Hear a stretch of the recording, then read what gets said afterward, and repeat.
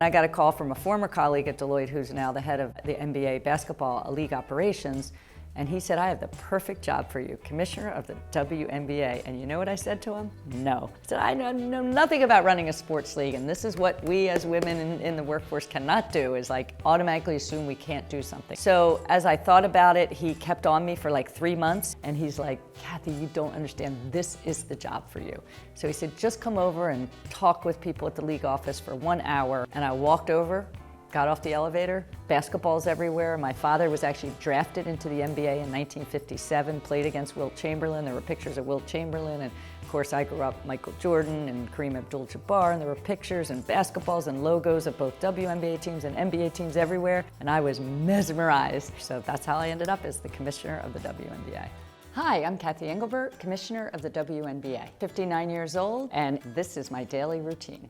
I typically wake up around 7 a.m. I think the first thing I do when I wake up in the morning, a lot of people say look at their phone. I try to have that not be the first thing I do in the morning. Honestly, probably brush my teeth and then jump in the shower, and then I come out and look at my phone. So it kind of gives me this little respite in the morning when I wake up, and then it's like, okay, now let me look at everything that happened overnight. No one day is the same. I have 2 kids, so spend some time with the kids, sometimes have breakfast, sometimes not. I used to be a big breakfast person, oatmeal, dried cherries, raisins, things like that, brown sugar. And now I kind of just have a protein bar in the morning on a banana, and then have a big lunch, and obviously I have a lot of lunches and dinners in this role, so I focus more on a big lunch than a big breakfast these days. One thing people don't know about me, I've never had a cup of coffee. So I do not drink caffeine in the morning. I am a huge water consumer. A lot of water keeps me going. We're based in New York City. I live in northern New Jersey, so I have quite the commute in the morning. Sometimes I commute into New York City with my son, who just joined the workforce in September. In the morning, the commute into New York City from northern New Jersey can take about an hour and a half, some days 2.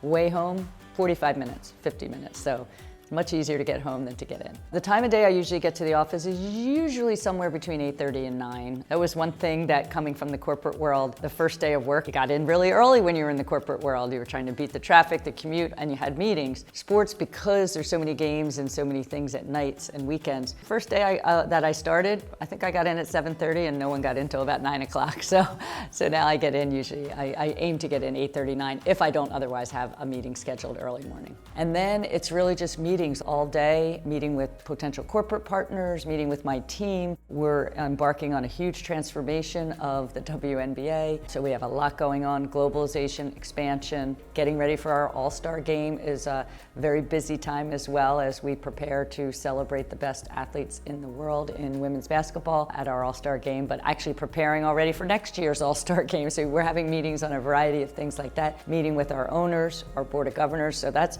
all jam-packed in the day. So I'm kind of just, always focused on lunch, whether it's with one of my team members, whether it's with a potential corporate partner, whether it's with just it gives me the opportunity to network. I usually take a couple block walk from our office and go to lunch. I actually put on my calendar SMORE, S-M-O-R, small moments of recovery. Usually over the lunch hour, I need to get out, and if I'm working from home, I go for a walk and then have lunch when I get back. The afternoons are usually filled with meetings with my team on emerging issues, again, planning for tentpole events like our All-Star game or our Commissioner Cup Championship.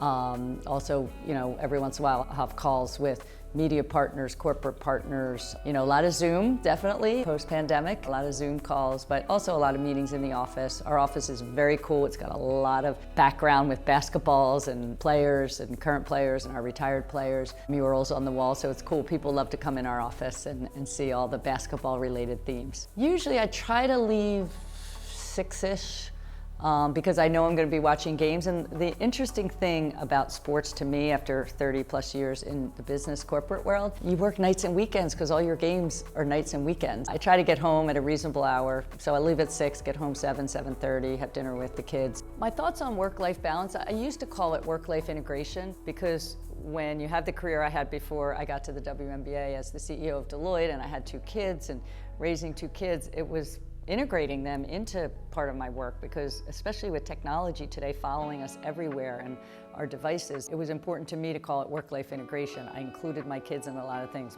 One of my kids is coming to the WNBA All-Star game, and We'll have a ton of fun, interacting there. But it is important, and it's important to be a role model for young women and men in the workforce today to make sure they're seeing some of that balance and that integration, and how you can turn some work things into fun things with the family as well. My wind down routine right before I'm about to go to bed is disconnect from devices, because we're always looking at our devices, whether I'm big, whether it's my iPad, whether it's my iPhone. I'm usually watching some business show, when I first get home, then sports, and then at the very end of the night, I turn on Friends. So every night I set the sleep timer on my TV, whether I'm on the road in a hotel or whether I'm at home. I actually like the ambient noise of a TV in the background to get me to fall asleep.